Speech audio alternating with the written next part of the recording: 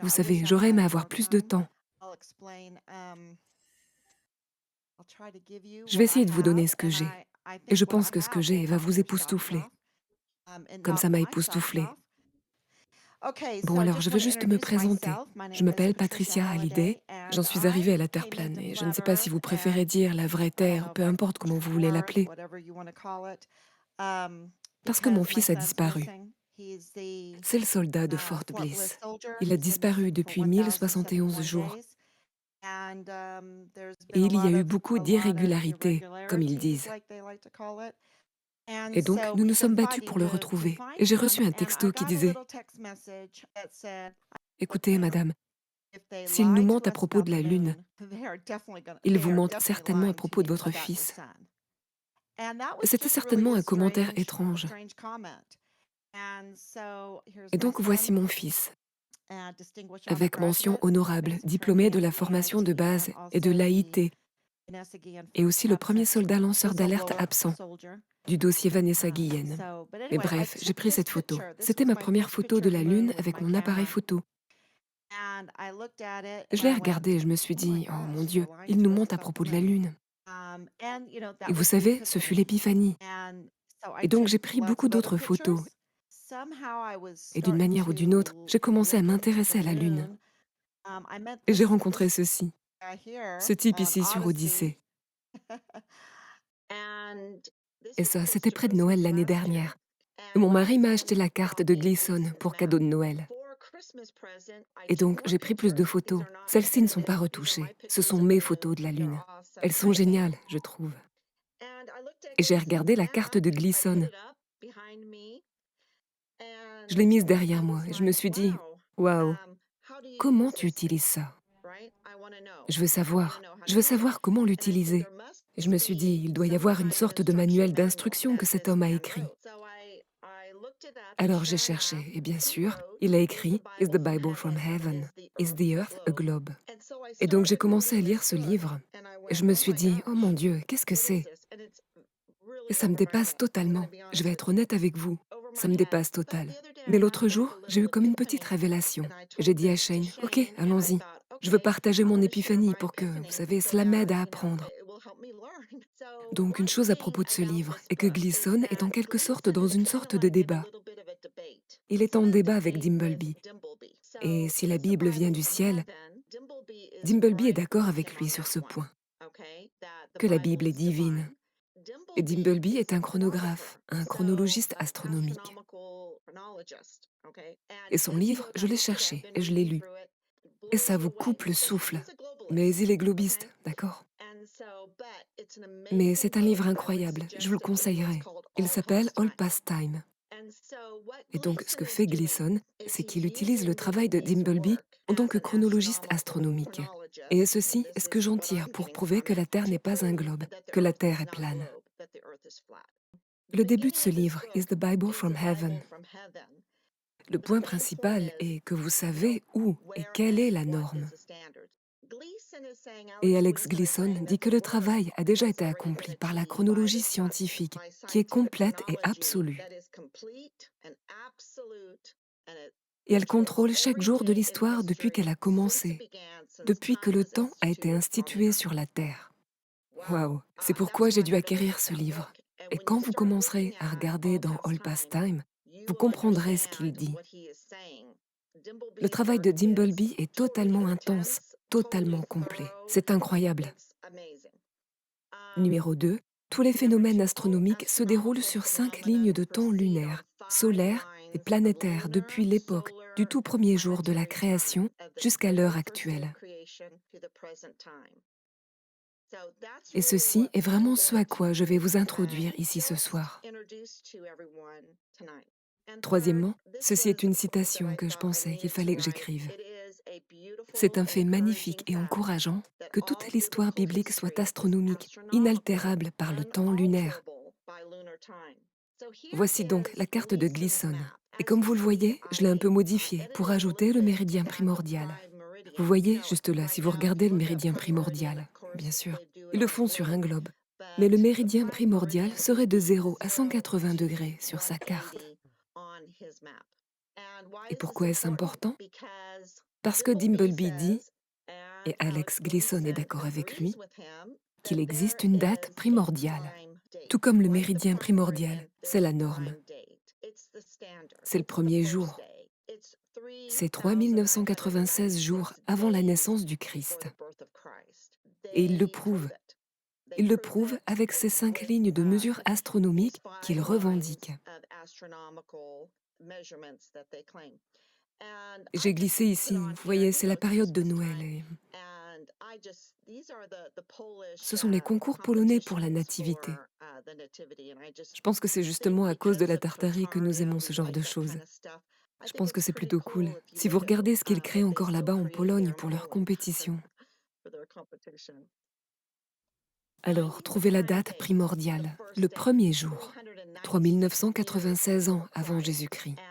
Et elle n'a pas été choisie comme un point supposé. Elle est obtenue en remontant une série de cycles astronomiques à partir de divers points dans la Bible et de phénomènes astronomiques récents, comme celui de la crucifixion. La date primordiale ne peut être perturbée sans arrêter les mouvements de la Terre ou des cieux. Je dirais les cieux, car rappelez-vous, c'est Dimbleby et il était un globeur. Ce qui signifie que, quelles que soient les opinions des hommes sur la création, sa date et les 7 jours naturels doivent être acceptés comme des faits démontrés. Le lecteur peut trouver les dates et toutes les autres des Écritures, simplement en utilisant les cycles solaires. Oui, et les 5 lignes astronomiques du temps. Ainsi, la toute première concerne les dates et périodes historiques, scripturales et laïques. Et ce qu'il veut dire par là, c'est ce que nous avons des Chaldéens, des Égyptiens, des Hébreux, des Chinois, des Romains, qui utilisent des histoires romaines, qui énumèrent quand il y a une éclipse, quand il y a un début de cycle solaire, un cycle lunaire et différentes planètes qui se trouvent à certains endroits dans le ciel et tout ça.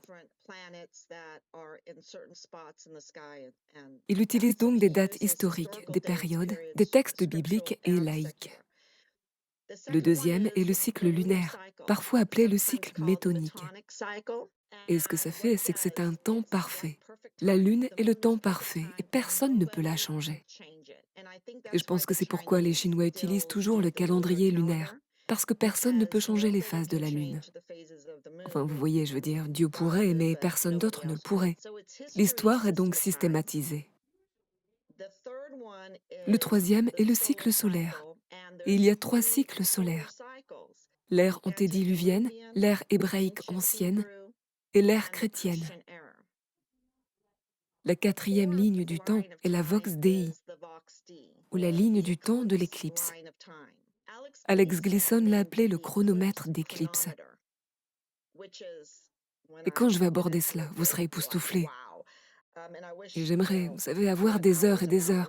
Mais j'espère que cela vous donnera envie de lire ces livres, car je pense que cela nous aidera dans nos efforts pour découvrir comment notre Terre est faite, n'est-ce pas? Je veux dire, quelle est sa forme et tout le reste.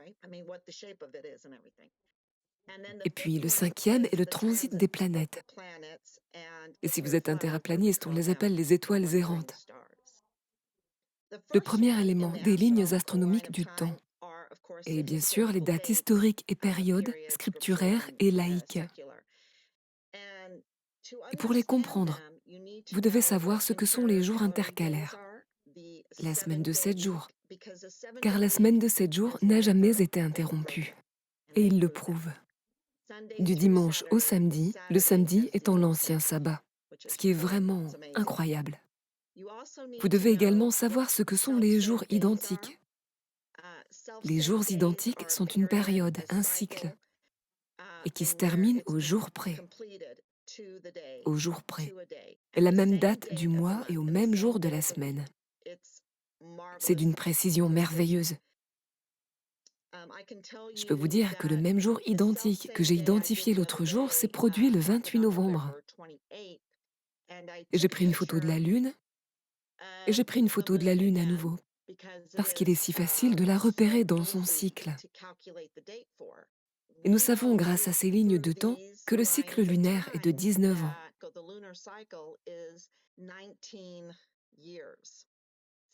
Je suis donc retournée au 28 novembre 2003 pour voir si j'avais la même lune à la même date. Et le 28 novembre était un vendredi. C'était la même date, le même jour de la semaine.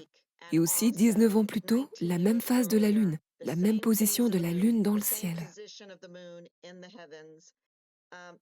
Donc c'est vraiment génial, parce que si quelqu'un parle du même jour identique, comme l'a fait Moïse, vous pouvez revenir en arrière et vérifier.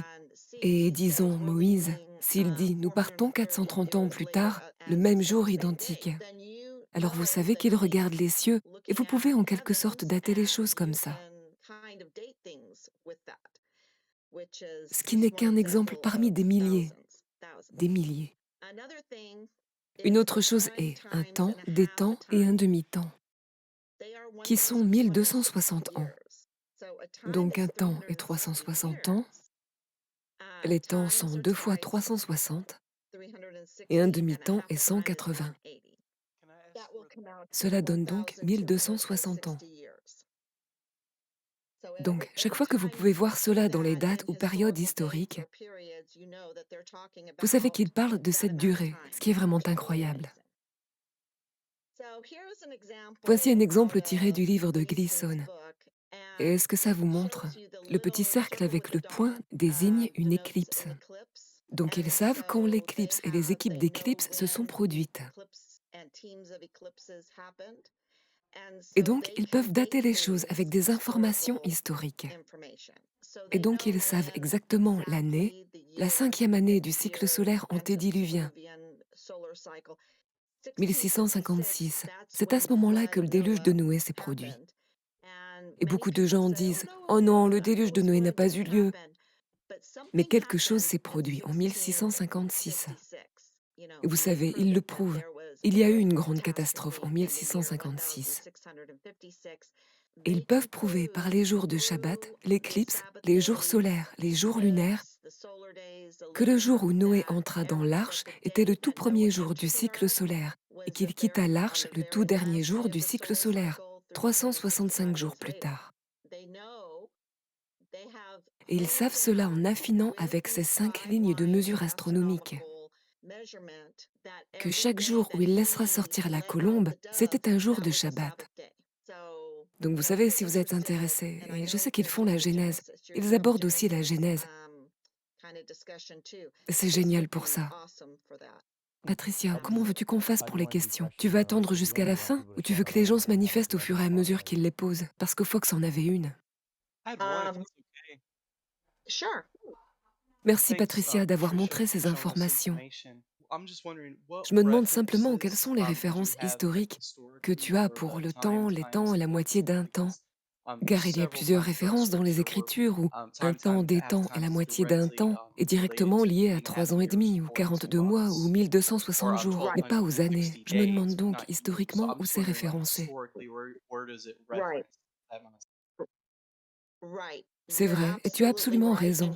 Ils parlent des 42 mois. Et ils font la distinction entre les deux. J'aurais pu mettre un petit astérisque et dire que parfois cela peut être 3 ans et demi ou 7 ans, 7 semaines.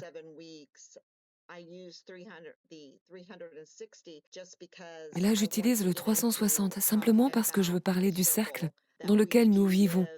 Ce cercle qui est une grande horloge. Et le méridien primordial et la date primordiale, la façon dont le Soleil se déplace. Nous savons qu'il se déplace sur une période de 24 heures. C'est fascinant pour moi de penser que ça fait référence simultanément à un cycle différent, 1200 ans, et à la façon dont cela pourrait s'intégrer dans l'eschatologie. Ceci n'est que la pointe de l'iceberg. Je viens juste de découvrir cela. Quand je l'ai lu, j'étais complètement dépassée. Et maintenant que j'ai une petite révélation, juste en voyant la pointe de l'iceberg, je voulais le partager parce que je pensais que si nous travaillons tous ensemble, nous pourrions comprendre cela. Je pense que c'est un travail très, très important. Et vous comprendrez pourquoi. Tu sais, juste à partir des autres photos que tu as envoyées, je suis vraiment intriguée. De plus, l'horloge astronomique de Prague me revient sans cesse à l'esprit lorsque nous parlons de ces cycles et de ces éclipses et de ce genre de choses. Quelque chose que les horloges d'autrefois nous montrent et ils savaient tous cela et gardaient une trace pour nous. Et puis, pour une raison inexpliquée, ils ont arrêté de le faire et nous ont donné ces montres et ces horloges numériques, n'est-ce pas? Exactement, parce qu'ils veulent nous tromper. Et il explique que dans l'ère chrétienne, parce qu'ils veulent avoir... Bon, j'y reviendrai, mais tu as absolument raison. Nous avons cette horloge parfaite dans le ciel et nous devrions l'utiliser. Eh bien, nous devrions savoir comment l'utiliser, n'est-ce pas? C'est là que nous en sommes, je pense. Exactement. Nous devrions savoir comment l'utiliser. Et peut-être que je vais trop vite, mais vous voyez, le AM, ça signifie méthode astronomique.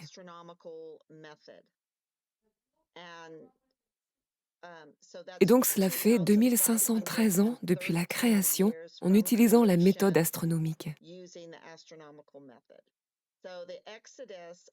Alors l'Exode, il y a des pages de ces informations historiques. Et j'en ai mis quelques extraits qui ont les éclipses. Donc c'est l'Exode, le mardi 15 du 7e mois à la fin de 430 ans. Et il y a une éclipse. Et nous appellerions cette date 1483 avant Jésus-Christ. Alors j'obtiens toutes ces choses bizarres. Et puis, quand Amon est monté au ciel et a régné 2 ans, il donne toutes les références scripturales pour cela. Il y a eu aussi une éclipse. Et c'était en l'an 3363. Et ce serait donc notre année 633 avant Jésus-Christ. Et comme je l'ai dit, beaucoup de choses qu'ils utilisent sont aussi laïques. Et j'ai donné un exemple de cela, ce qui est vraiment plutôt sympa pour cette période de l'année. La première année de Rome était 3246 et Jésus est né en 3996. Donc c'est super intéressant. Peux-tu répéter ces dates? Oui, bon, ce serait 3246 depuis le début de la création. Et rappelez-vous que le jour le plus important est 3996 avant la naissance du Christ. C'est la création. C'est ce qu'ils appellent la date primordiale. Ah, ok, donc tu ne dis pas que toute la civilisation est aussi vieille? Tu dis que cela fait tant d'années à partir de la naissance du Christ? Et si nous remontons en arrière, on considère peut-être que c'est de 6 à 8 000 ans au total, je pense, n'est-ce pas? Ou est-ce que je me trompe? C'est 3996 ans avant la naissance du Christ. C'est le jour zéro. Et si vous regardez les dates, 3996 est la date de naissance de Jésus. Et ils savent, grâce au cycle lunaire, au cycle solaire, aux éclipses, à la documentation historique et aussi aux planètes, que Jésus est né à la fin du mois de décembre, le 3e mois civil. Alors joyeux Noël, parce que leur année commence fin septembre à l'équinoxe d'automne. Et même eux deux, Alex Gillison et Dimbleby, voudraient commencer notre nouvelle année en septembre, parce que c'est basé sur le cycle solaire, le lunaire et le végétal qui donne ses fruits en septembre. Cela éliminerait beaucoup de confusion. Si cela vous intéresse vraiment, allez voir le livre de Dimbleby. Vous serez époustouflés.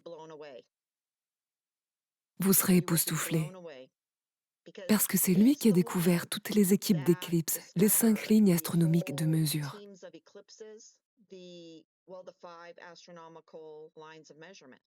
Et Alex Gillison a pris cette information de lui.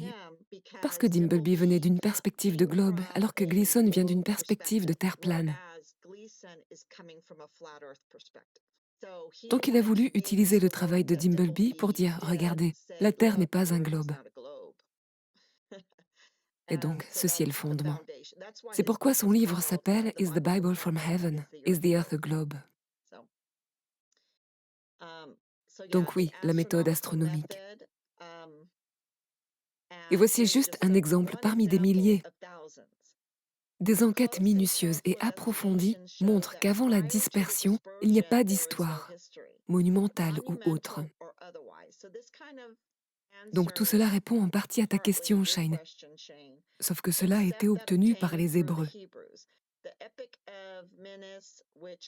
L'épopée de Ménès qui a commencé les dynasties d'Égypte, rédigée par Manéthon, le prêtre d'Héliopolis. 3 siècles avant Jésus-Christ, a commencé après la dispersion. Nous avons donc le récit scripturaire de 1770 AM, le début de l'histoire chaldéenne, 1707, l'histoire chinoise, puis l'histoire égyptienne en 1896. J'ai donc pensé qu'il était intéressant qu'il parle de la dispersion et qu'il sache que le déluge de Noé a eu lieu en 1656. Donc c'est à peu près 100 ans après la dispersion, qui est la chute de la tour de Babel. Et puis, bien sûr, avec la Tartarie sur cette photo, je pensais que c'était intéressant, toute cette puissance provenant du haut de ce pilier. Passons à la suite. La mort d'Abel, à la fin des jours intercalaires de l'année 125. La Lune est 11 jours plus rapide que le Soleil. Et donc, ces 11 jours qu'ils doivent rattraper sont tous les 7 ans. Ils ajouteraient 77 jours. C'est très intéressant quand on parle du cycle solaire. Là, on parle juste des jours intercalaires. On y reviendra, mais il y a un cycle solaire de 7 ans et un cycle solaire de 15 ans. Et donc, avant le déluge, c'était un cycle solaire de 7 ans. Et il devait ajouter les 77 jours. Et il le faisait. Et une autre chose qui m'a vraiment interpellée, c'est le Shabbat. La semaine de 7 jours n'était pas vraiment hébraïque. Elle existe depuis le tout début et ils l'ont prouvé. Il y a donc toute une section sur ce sujet que j'ai trouvée vraiment intéressante. Ainsi, la période solaire a de nouveau commencé avec l'année lunaire, et ce serait 77 jours ou 11 semaines introduites à la fin de chaque 7e année lunaire. Et ce, sans interférer avec la sécession régulière de l'ancien jour du Shabbat, qui est le samedi. Ils l'appellent l'ancien jour du Shabbat, samedi. Et il continue à répéter que la semaine de 7 jours n'a jamais été interrompue. Et ceci est donc un énorme témoignage. Le cycle de 15 ans nécessite 171 jours intercalaires. C'est une belle corroboration scientifique de la durée solaire précise des années antédiluviennes. Les années lunaires plus courtes ont été allongées jusqu'aux années solaires en ajoutant des jours supplémentaires, les jours intercalaires. Chaque 133e année est marquée d'une étoile et elle tombe sur une première année. Si elle tombait sur une autre année, cela montrerait que les patriarches n'avaient pas respecté le temps exact, ou n'avaient pas correctement observé ces jours intercalaires. Et ce dont il parle ici, c'est que dans le cycle solaire de 7 ans, tous les 133 ans, le cycle solaire recommencerait, ainsi que le cycle lunaire. C'est donc un jour identique où le cycle lunaire et le cycle solaire recommencent ensemble. Et c'était d'énormes jours de fête, donc 133 ans, 266 ans, et ils ont un grand tableau, marquant tous les 133e années. Et puis ils passent au récit historique de ces années, et bien sûr, ce sont de grandes célébrations. Ce furent des années importantes dans l'histoire. Ok, donc la deuxième ligne de temps astronomique est le cycle lunaire. Et comme je vous l'ai dit plus tôt, cela se produit tous les 19 ans. Donc si vous prenez une photo de la Lune aujourd'hui, vous verrez cette même Lune le même jour, dans la même position, le même jour de la semaine, dans 19 ans. Ce jour-là aura un même jour identique. Il aura son jumeau tous les 19 ans. Et c'est incroyable parce que vous pouvez absolument mesurer le temps avec la Lune, en raison de sa phase et de l'endroit où elle se trouve. Le cycle lunaire fournit donc l'ordre, le caractère et la succession des éclipses. Le cycle lunaire est une manière hautement scientifique de montrer que le cycle solaire s'est déroulé correctement. Le cycle lunaire étant de 19 années solaires, une période de 235 lunaisons, lorsque la Lune est à nouveau nouvelle, au même moment et au même endroit. Nous avons une belle preuve scientifique que les antédiluviens ont soigneusement ajouté les jours intercalaires supplémentaires. Ça ne pouvait pas tomber la première année, ce qui est vraiment incroyable. Ils savaient parfaitement comment synchroniser le Soleil et la Lune ensemble pour régler le temps. Noé entra donc dans l'arche le premier jour de la période solaire, qui correspond à la 5e année lunaire. La période solaire ayant commencé 11 jours plus tard, dans les deuxième, troisième, quatrième et cinquième années lunaires, elle avait pris tellement de retard que la cinquième année commençait le 17 du deuxième mois. C'est très intéressant d'observer cela. Nous avons un aperçu des affaires antédiluviennes. La période devait sans doute être une période de grande fête. C'est aussi un jour de Shabbat. Et ils ont mis un grand tableau que vous pouvez consulter. Il fait quelques pages. Il énumère chaque jour de cette année, de ces 2 mois, aux alentours de Noé et le déluge. C'est super intéressant.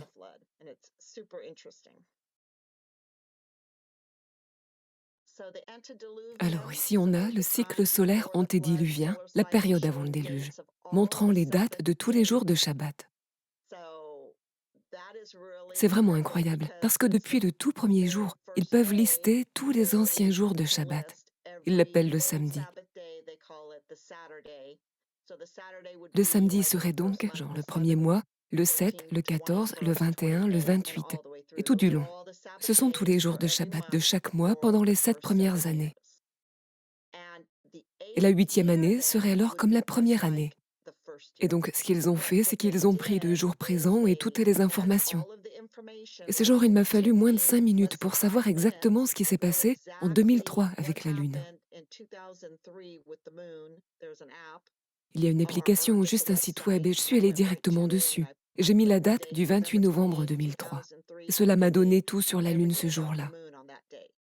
Nous avons donc aujourd'hui des outils merveilleux, comparés à ceux dont disposaient ces 2 hommes. Mais ils ont fait le travail. Ils peuvent remonter à l'époque actuelle. Et pour eux, c'était vers 1890.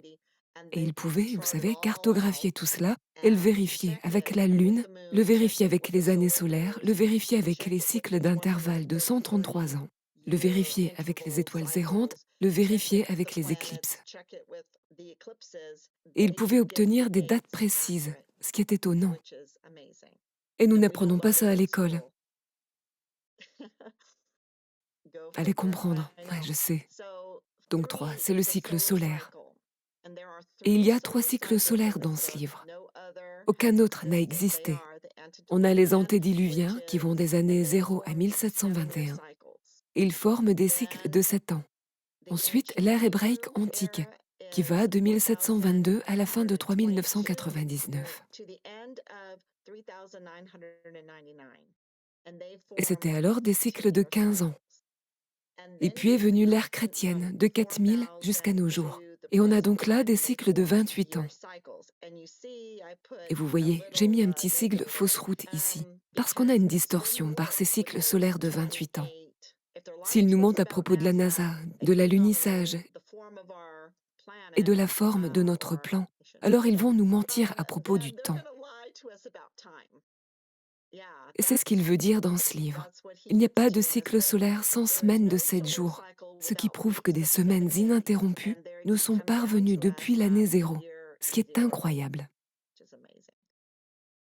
Je pense que ce genre de roue montre qu'une fois qu'elle fait un tour, la 8e année se répète. Et tous les 7 ans, c'est rebelote. C'est pourquoi je l'ai mis là. Ok, voici donc la page 139. C'est un tableau. Et vous savez, quand je l'ai regardé pour la première fois, je me suis dit, oh mon Dieu, qu'est-ce que c'est? Vous savez, c'était déroutant pour moi. Je ne sais pas ce que vous avez ressenti si vous avez lu ce livre, mais je ne suis plus confuse maintenant parce que tous les 133 ans sont marqués d'une étoile. Et cela correspond au cycle solaire de 7 ans. Donc c'est comme s'il comptait comme si c'était un anniversaire ici. Vous savez, quand vous êtes né, vous ne dites pas que vous avez 1 an. Vous attendez que la première année soit terminée pour dire que vous avez 1 an. C'est donc ce qui se passe au début ici. Et puis tout s'éclaircit. Mais si vous voulez savoir quand le cycle solaire et le cycle lunaire commencent à se répéter, avec cela, c'est vraiment rapide. Et vous pouvez regarder ici sur ce tableau et savoir que 1463 ans, si vous faites une étude biblique ou tout type de travail astronomique, vous savez que le Soleil et la Lune recommencent à partir du premier jour de leur cycle, là où on a les astérisques. Donc c'est assez pratique. Et ici, tous les 19 ans, le cycle lunaire, j'ai ajouté en bleu pour que vous compreniez. En noir, c'est bien sûr le cycle solaire. Mais si vous voulez connaître le cycle lunaire, vous le calquez simplement tous les 19 ans.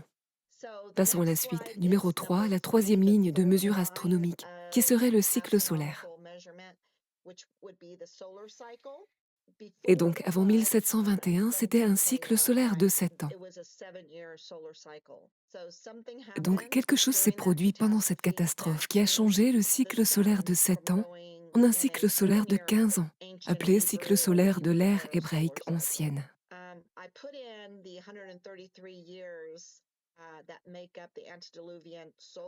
J'ai mis les 133 années qui constituent le cycle solaire lunaire antédiluvien et les 285 années qui constituent le cycle solaire de l'ère hébraïque ancienne.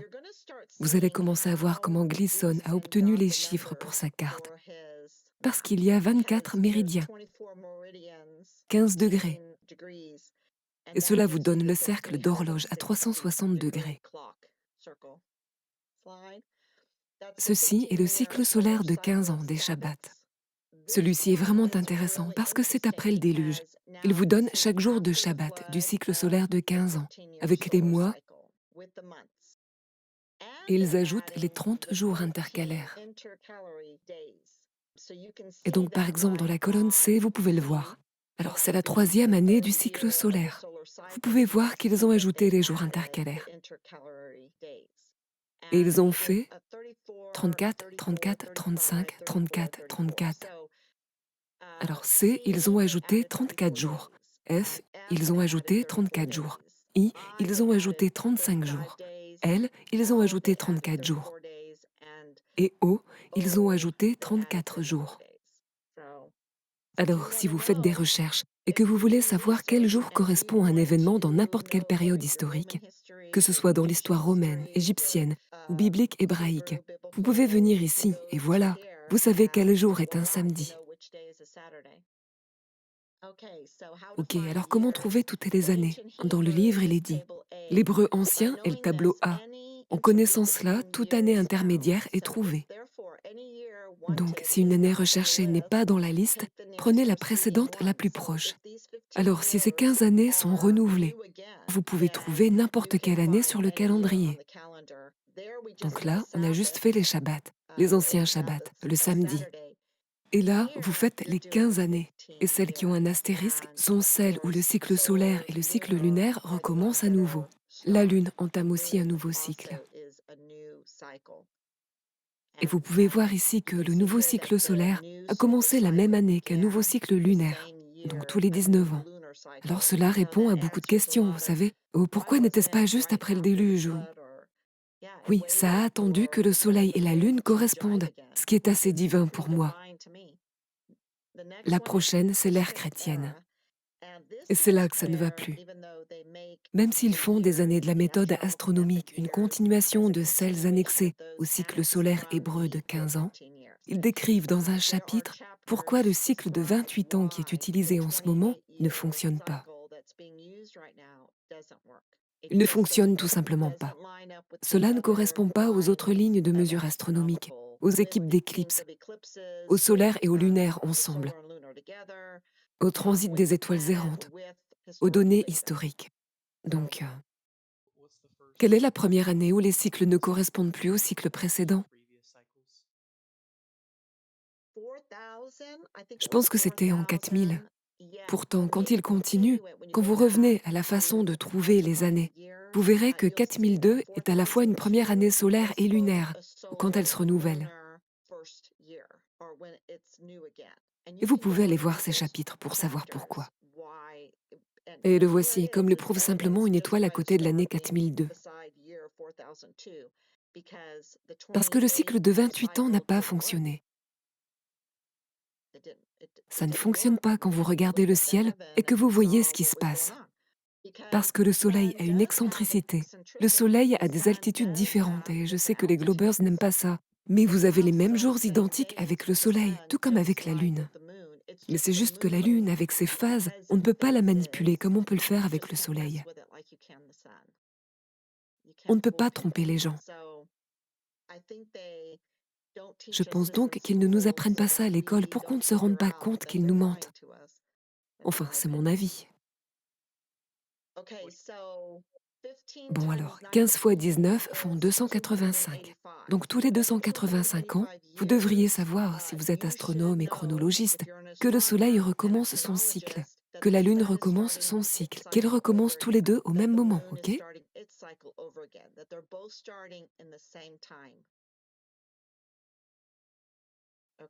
Si le cycle de 28 ans ne fonctionne pas, alors c'est juste faux. Surtout si le cycle des 15 ans fonctionne, alors celui-ci est véritable. Je veux dire, c'est de la science, d'accord?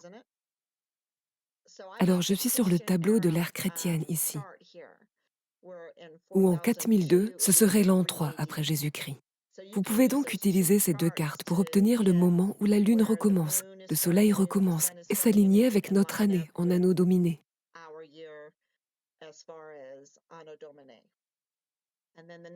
Et puis le suivant, c'est le premier jour du 4e mois. Oui, le cycle de 19 ans de la Lune, depuis le début des temps.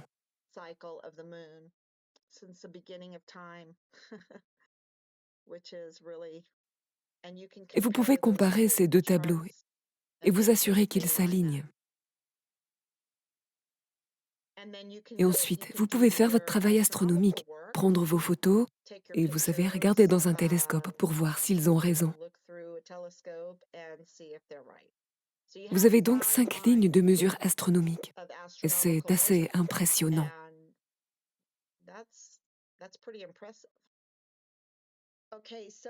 Bon, alors la 4e ligne de mesure astronomique est le chronomètre d'éclipse. C'est comme ça qu'Alex Gleason l'a appelé. Et si vous voulez connaître les tableaux, et Dimbleby était incroyable, il a trouvé toutes les éclipses depuis le début des temps, depuis le jour 0.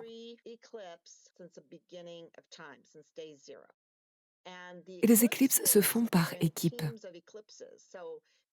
C'est donc un peu comme enseigner des séquences aux enfants de maternelle.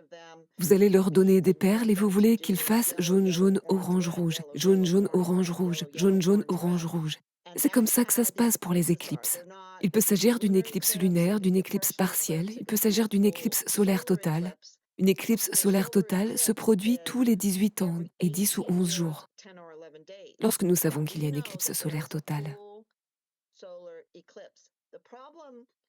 Le problème avec ça, c'est que vous devrez peut-être vous rendre en Inde ou en Corée du Sud ou en Australie pour voir cette éclipse, d'accord?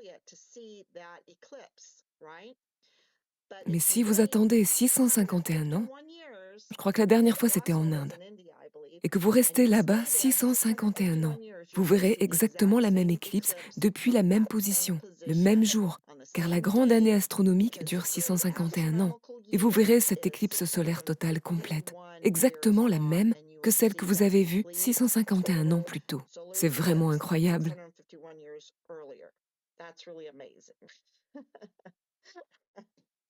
Et vous pouvez le savoir grâce à ce qu'ont écrit les Romains, les Chinois, les Chaldéens, les Égyptiens, les Hébreux. C'est ce qu'on appelle la grande année astronomique. C'est vraiment impressionnant. Ce que j'ai trouvé aussi vraiment impressionnant, c'est qu'il y a ces équipes d'éclipses et qu'elles ont leur cycle et qu'elles fonctionnent ensemble, comme un motif de perles.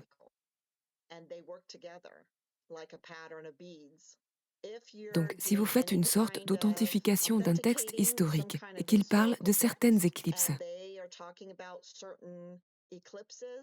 et qu'elles correspondent au modèle qui se trouve dans les archives de Dimbleby, et il a fait tout ce travail pour vous, alors vous avez quelque chose d'authentique, vous comprenez? Ou vous savez que c'est faux et vous devez regarder de plus près. Je pense donc que c'est assez impressionnant. Ceci est quelque chose que j'ai trouvé à la page 173 du livre de Gleason. Nous voyons ici que 468 années solaires contiennent les 486 années lunaires de la page précédente, prouvant ainsi les 69 semaines multipliées par 7 pour obtenir le nombre de jours-années 483 ou années lunaires. Ce sont également 26 cycles d'éclipses de 18 ans chacun. C'est super scientifique, cela vaut la peine d'être étudié.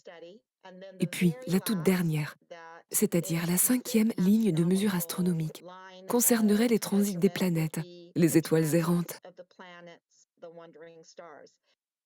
Et vous savez, il s'agit juste de Mercure, Vénus, Mars. Il y a toutes sortes d'histoires qui vous disent où elles se trouvent à un certain endroit. Et bien sûr, les constellations, c'est aussi dans le livre.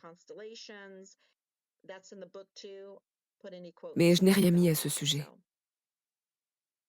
Donc c'est la fin. C'était juste comme une introduction à ces 5 lignes astronomiques. Je n'ai pas fini d'étudier ça. C'est la pointe de l'iceberg pour moi. Je venais juste de comprendre ce que ça fait, et c'était comme une petite épiphanie. Et je voulais le partager avec vous parce que je pense que si quelqu'un d'autre est intéressé et que nous pouvons étudier ensemble, nous pouvons apprendre plus vite. Alors merci à tous. C'était génial. J'ai lu ce chapitre dans ce livre et je n'ai toujours pas compris comme tu viens de me l'expliquer. C'est super. Alors, est-ce que tu comprends mieux maintenant? Ouais, absolument, à 100%. Les cycles solaires de 15 ans, j'ai compris. Les cycles de 28 ans sont mauvais. Ils nous ont menti sur les années pour tout brouiller, comme ils le font toujours. Allez comprendre. Et on peut dire qu'ils sont mauvais parce qu'on a ces 4 autres lignes de mesure pour savoir qu'ils mentent. Et ils ne peuvent pas changer la Lune, ce qui est incroyable. Pourrais-tu nous expliquer en termes très simples ce qui se passe exactement tous les 15 ans? Le cycle du Soleil. Ok, pour le comparer en quelque sorte à la Lune, parce que la Lune, on peut bien mieux la comprendre. La Lune a un cycle de 19 ans. Cela n'a jamais changé. Et ce cycle de 19 ans, si vous êtes debout dans votre jardin et que vous regardez vers le haut et que vous voyez une demi-lune, ok? Elle a une certaine taille, vous êtes à une certaine date, vous devez attendre 19 ans pour que cette même phase, cette même taille, à cette même date, cette même lune réapparaisse comme ça. C'est ce qu'on appelle le même jour identique. Et Shane a ses superbes illustrations et celles d'autres scientifiques qui ont tracé l'excentricité du Soleil, la trajectoire du Soleil. Et bien sûr, vous savez ce qu'est le Soleil. C'est un peu un débat. Je pense que nous savons tous que c'est un point focal de lumière, mais que le luminaire voyage et qu'il change d'altitude et qu'il fait ses transits, d'accord? Et il faut 15 ans au Soleil pour répéter ce même schéma. C'est comme les planètes, les étoiles errantes. Nous savons que chaque étoile fait ce magnifique transit dans le ciel, n'est-ce pas? Ce magnifique schéma. Nous connaissons Mars, nous connaissons Vénus, nous connaissons Mercure, nous connaissons Uranus, nous connaissons leur schéma dans le ciel. Eh bien, le Soleil fait la même chose. Et pour compléter son schéma, il lui faut 15 ans, d'accord? Avant le déluge, c'était 7 ans. C'est comme un chemin qu'il trace sur la Terre, d'accord? Donc s'il le fait sur une base annuelle, il dévie légèrement l'année suivante alors qu'il passe par son transit du tropique du Cancer au Capricorne. Donc lorsqu'il fait ce virage, il prend un chemin différent. À la fin des 15 ans, il prend exactement le même chemin, une fois de plus. Cela se caractérise mieux par le cycle astrologique. Il y a 15 ans entre les moments où le Soleil se lève à un point précis de la constellation, ce jour-là, à l'aube d'un jour particulier du calendrier. Exactement. Et c'est ainsi qu'ils savent que le Soleil répète son cycle, à cause des constellations, à cause de sa position par rapport aux étoiles errantes, à cause de la position par rapport à la Lune, tous les 285 ans. Maintenant, il va se trouver à l'endroit exact où la Lune va se trouver, à l'endroit exact où ils recommencent leur schéma.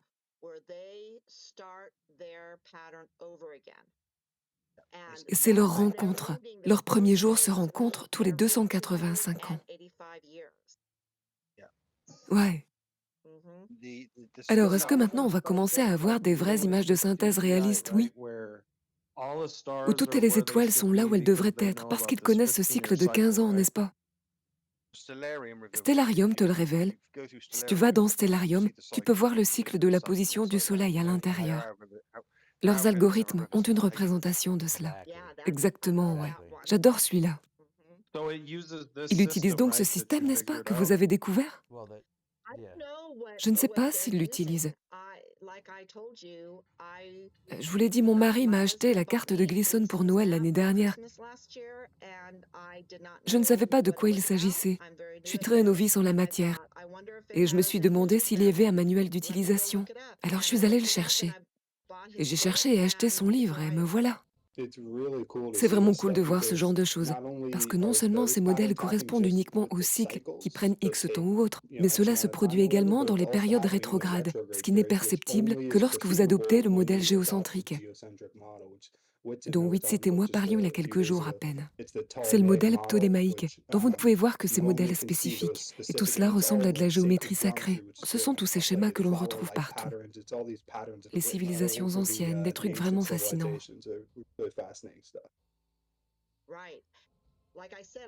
Comme je l'ai dit, je n'ai ce livre que depuis quelques mois, et je pense que ce n'est que la pointe de l'iceberg. Je pense que vous devriez y plonger et le lire.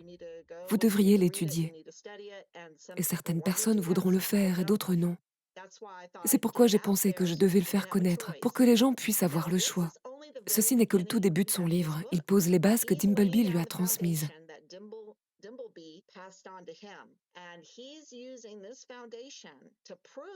Et il utilise ces bases pour prouver ces 5 lignes astronomiques du temps.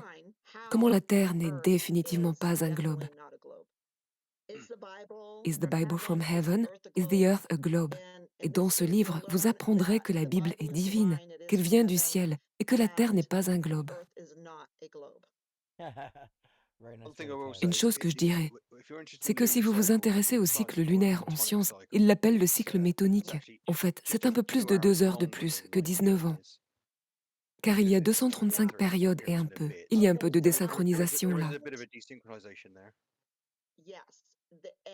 Et il met une note qui parle de ces 2 heures et 2 minutes ou 2 heures et 4 minutes. Je pense que c'est ça, ne m'en tenez pas rigueur. À cause du temps ou jour intercalaire mis là-dedans, et à cause des Shabbats, et à cause de toutes les autres lignes astronomiques, cela ne l'affecte pas. Il en parle donc. C'est comme le cycle d'éclipse qui dure 18 ans et 10 ou 11 jours. Donc, et puis bien sûr, le grand cycle d'éclipse dure 651 ans, ce dont nous devrions vraiment parler, parce que cela vous époustoufle quand vous savez que la même éclipse solaire totale se reproduira tous les 651 ans avec cette série d'éclipses.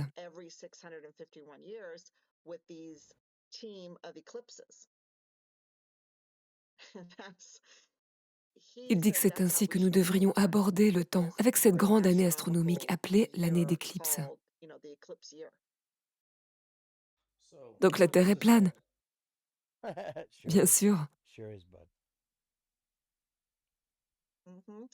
Et ceci est juste la base du livre de Gleason pour étayer son argument en faveur de la Terre plane.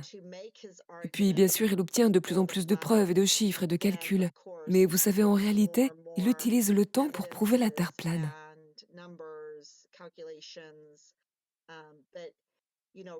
Alors que, vous savez, vous voyez beaucoup d'autres personnes utiliser les mesures et toutes ces autres choses. Mais lui, il utilise le temps. Et il fait d'autres choses aussi, mais c'est principalement avec le temps. What if Et what s'il if était you vraiment were juste thinking un of géostationnaire, Confucius, right? comme un géocentriste, Geocentrist. Geocentrist, because like parce qu'il he utilise ces modèles dans models d'autres how the chapitres du livre, capitalism of certaines choses sur la sphéricité et les conspiracy things and calculateurs, calculators et and genre le like the chapitre sur les autres chapter on planètes est human bizarre planets du is point de vue weird de la from a Terre plane. flat perspective. Alors peut-être est-il Maybe he's juste just un a geocentrist. géocentriste. Maybe Peut-être he doesn't n'était-il même know. pas dans la Terre plane. Oh, eh bien, Like about définitivement, il a prouvé le niveau, so donc je ne sais pas. Tu sais, eh bien, je pense que lorsque vous avez un certain point de vue et une certaine éducation, on a une pensée résiduelle, et comme je viens de le dire il y a une minute sur le globe ou autre. Tu sais, j'ai ce résidu de toujours croire que nous sommes sur un globe et c'est difficile d'entraîner son esprit à penser autrement. Et je pense que c'est ce que fait Gleason. Tu sais, il est là avec Dimbleby. On peut dire qu'il est son ami. Il le félicite tout le temps, mais pourtant il dit non, ça ne marche pas, la Terre n'est pas un globe. Alors c'est quoi? so Donc il he a wrote écrit a un livre show pour aider son to ami help him idiot qui a subi un brainwash lavage his de new cerveau. friend. What a Quel good bon guy. gars! Je me demande si Wonderful ça guy. marchait. Ouais, et il a une montre qu'il a brevetée. Puis bien sûr, il a sa carte. Ouais, je pense qu'il a un autre livre, mais je pense que Dimbleby a aussi 2 livres. Mais je n'en ai trouvé qu'un. Et c'est incroyable si vous vous y plongez. Il n'a pas raison sur l'eschatologie, parce qu'il fait quelques prédictions là-dedans. Et vous savez, l'eschatologie, c'est l'avenir, d'accord? Mais sur les autres calculs, ils sont incroyables. Ouais, c'est ce qui me I don't semblait. know how to read this Sais-tu frog comment talk lire though. cette horloge de Prague? J'essaye parce que, tu sais, la carte de la Lune m'interpelle aussi. J'essaie de comprendre ce qu'est la Lune. Et je viens de regarder... Comment s'appelle-t-il? Brian Austin Lambert. Il dit que la Lune est le dôme qui se trouve dans la coupe au-dessus de nous. Si cela a du sens, si vous comprenez ce modèle. Dans les premières vidéos 1, 2, 3.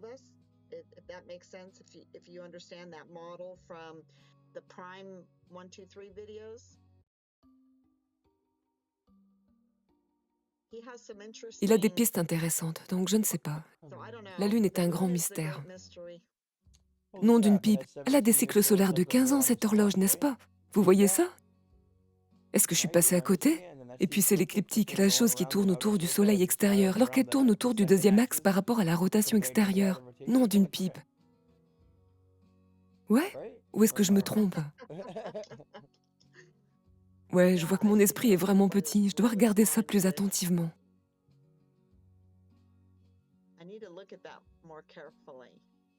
Mais c'est une horloge tellement incroyable. Ils en savaient certainement plus sur le chronométrage que nous avons aujourd'hui. Et ils ont vraiment fait un effort pour cacher ce dossier, n'est-ce pas? Ils ont commencé à dire « Oh, c'est juste joli, alors on l'a laissé ». Et puis les gens ont commencé à la regarder et à comprendre. Et ils ont dit « Vous savez quoi? Voici une montre numérique. Vous voulez un iPhone ?» Ouais, 15 ans. N'est-ce pas? La voilà.